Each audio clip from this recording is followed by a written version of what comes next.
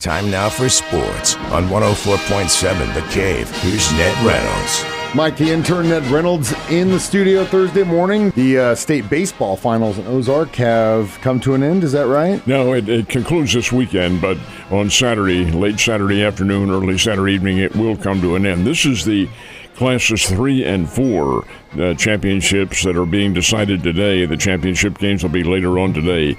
And our area teams that were involved will be playing for third place. They won't be playing for the championship. And in fact, when they play, when each of them has a separate third place game, each of them will be looking to score their first runs. Our area teams did not touch home plate yesterday. Excelsior Springs was a winner 2-0 over Catholic. Very good baseball game, but Excelsior Springs had the pitching, and Springfield Catholic did as well, but just couldn't dent the plate. And then Jefferson City Blair Oaks taking on Licking from up in Texas County. Blair Oaks team wins it 10-0, and that was a run rule game. So Catholic will play Westminster Christian out of St. Louis, and that'll be at 10 o'clock this morning. That's a third-place game.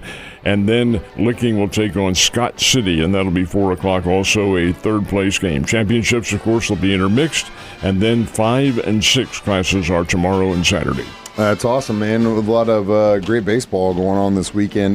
We've got other sports to talk about before that. Where are they playing PGA this weekend? This is the Memorial Tournament, and this is hard to believe because I remember when this thing started. This is the 50th anniversary of the Memorial Tournament, hosted by Jack Nicklaus. He's the one who started it. He is the one who is still there presenting the trophies and the paychecks and so forth. The purse is $20 million.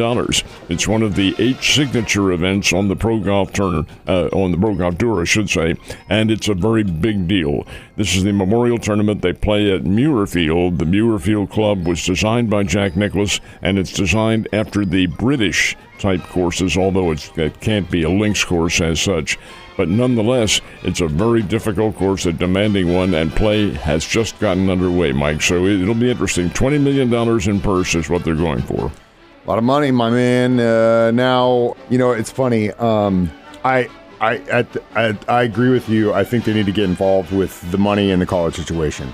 But it makes me laugh so hard that Nick Saban is the one in Congress going over, oh God, no, we can't do this. We got to figure this out. When in reality, Alabama is probably one of the first teams to take advantage of it. Now that everyone can, we got to stop it. Just my personal opinion. I just think it's funny, but that's a little bit misleading. But Saban was the key witness, not the only one. The commissioner of I think the Pac-12 was there, and officials from other conferences and so forth and so on, and coaches, plus a player. And what we're talking about here is the Congressional Committee debate yesterday over the Protect College Sports Act bill, which really those of us who were involved in it and those in Congress want it to get done right now, and they're shooting now for maybe August. I'm not sure they're going to be able to get that done. Saban is very interesting because he did represent all of the college coaches and officials, but he is also an employee at the University of Alabama. Now, the way this works, this bill, and it is all-encompassing, and it does need some tweaking, and that's what Coach Saban said yesterday. The biggest hang-up of all, first of all, the Big 12 Conference, the ACC Conference, and the 6 others, which I assume also includes Conference USA, all support the bill. They think it's great. Get it through there. Let's get some control over what goes on. But who are we missing? The Big Ten and the SEC. They are both in objection. And what is their chief objection? The bundling of what is called TV money. They feel, both those leagues feel, that their revenue from TV is going to be altered because of this bill. Well, maybe, maybe not. And that's where Coach Saban came into effect yesterday by saying it needs some adjustment somewhere along the line. Well, I think there probably will be. We'll see what happens. But anyway, it is being talked about. It is being debated. There are pros and cons, but we do need some control. Everybody agrees on that. I guess, let me clarify. What I meant originally was that the irony is that Saban, whether you like it or not, they were getting a lot more money than the players who were risking their lives to put their life on the line to play the game. the argument is that I believe personally that Saban and a lot of these guys were getting money under the table. Then they forced them to share it to everyone, and now it's like, okay, well, we can't. Which again, it's just a race to the bottom. This should have been handled a long time ago, but unfortunately, it's money makes the world go around, and it'll be interesting to see how this thing plays out. Man, what a game one in the finals! You couldn't have asked for a better competition in San Antonio yesterday. Well, the New York Knicks have now won all 12 of their playoff games in a row. They have not lost. New York Knicks come from behind and beat the San Antonio Spurs last night, 105-95. Game one in a best-of-7 World Championship Series. Hey, the Knicks were down by 14 points in this game and came back and rallied because of the Brunson kid, and he can really play. Brunson had 30 points to lead it, and I tell you, he took control of the game. His biggest shot of all, as far as I'm concerned, came from the corner with about a minute and 11 seconds remaining. It was a three-pointer, and it put the Knicks ahead to stay in a wild game. 30 points for Mr. Brunson and 26 for Wemby.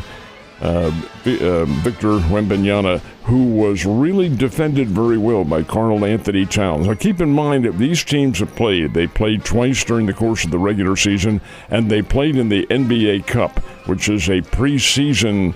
Now, not by preseason, it's in December, but it's kind of a preseason tournament to tell you who's probably going to be at the very end. Anyway, it was the Knicks and the Spurs in that Cup championship game, and the Knicks won it back in December out in Las Vegas. So this is not totally unexpected, but 12 straight wins and a really good performance by the New York Knicks.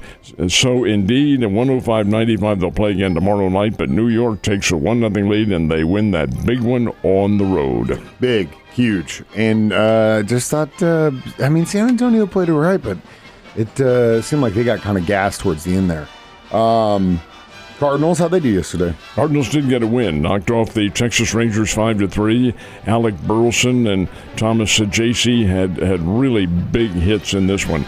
In fact, Burleson's two-run double, a key, and then Sajasi late in the ballgame with an RBI triple that gave the Cardinals the margin of victory and the 5-3 win over the Texas Rangers. So the Cardinals get one game out of that three-game series, take today off, and then get set for an invasion from the Cincinnati Reds, and that'll be this weekend. It's funny that the Cardinals and Royals are kind of following the Texas just played the Royals, and then they're playing the Reds right after the Royals just played them. Done by design. Yeah, the kind of traveling partners is what you would call it if it was college sports. So they are flipping opponents, and that makes the traveling a whole lot easier. But you're right about the fact that the Reds and Royals played last night, and the Royals got a win. Got the series. 5-2, did get 2 out of 3 in the series. Vinny Pasquantino had a big 2-run homer in the first inning. Nick Lofton had a home run. And this kid that they picked up from, and he's not really a kid, but this pitcher they got from the San Diego Padres, Kullock, went 7 innings and struck out 8 Cincinnati Reds, and that makes a big difference. Cincinnati comes into St. Louis to play this weekend, but the Royals got them 5-2 and now head to the Minnesota Twins for a series this weekend. Springfield Cardinals, playing down in Texas, fell to the Frisco Rough Riders 8-7, so that ends a bit of a winning streak by the Springbirds, as the first half of that season has about another week and a half to go. Ned, have a wonderful Thursday, and I will see you tomorrow.